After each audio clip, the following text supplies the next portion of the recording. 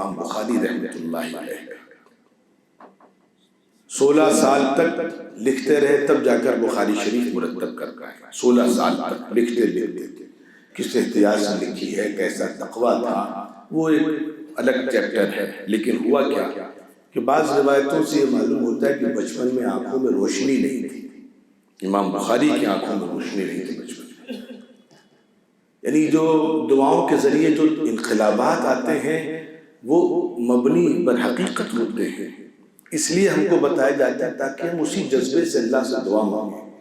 ان کی والدہ مرحومہ امام بخاری کی اللہ سے روز دعا مانگتی تھی، اللہ میرے بیٹے کو بینائی دے دے، میرے بیٹے کو روشنی دے دے، آنکھوں میں روشنی دے دے، تڑپ کر اللہ سے دعا مانگتی تھی۔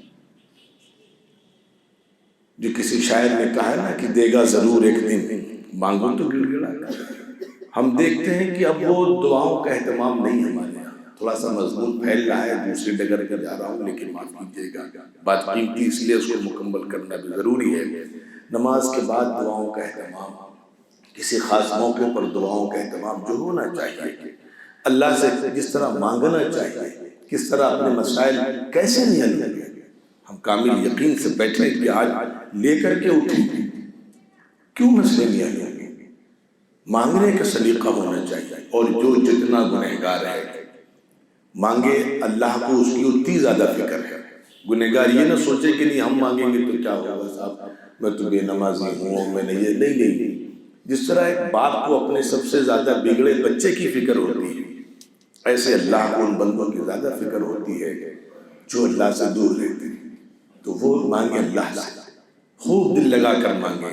چنانچہ امام بخاری کی والدہ نے دعائیں مانگی، پھر انہی کے دادا ابراہیم علیہ السلام کی خواب میں زیارت ہوئی اور انہوں نے ان کی والدہ کو بشارت دی کہ اللہ نے تمہارے بیٹے کی بینائی واپس کر دی ہے۔ صبح اٹھی تو دیکھا میرا بچہ دیکھ رہا ہے۔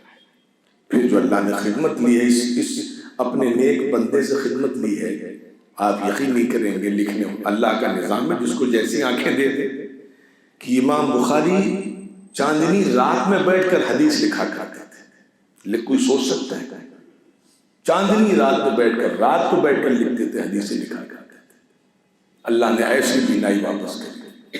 تو دیر کے دعاؤں کا خاص اہتمام ہونا چاہیے، دل سے ہونا چاہیے، لو لگا کر ہونا چاہیے، رو رو کر گڑ گڑا کر ہو۔ کون سی دنیا کی ایسی نعمت جو اللہ سے نہیں لے سکتے؟ مانگنے کا سلیقہ ہو، کامل یقین ہو۔ یہاں صرف زبان میں چند دعاؤں کے الفاظ رٹے ہوئے ہیں، وہ چلنے لگتے ہیں، نہ دل سے آواز نکلتی ہے، نہ ادھر توجہ ہوتی ہے، نہ یہ یقین ہوتا ہے کہ نہیں ہم لے لیں گے اللہ سے، اس لیے ہماری دعائیں قبول نہیں ہوتی۔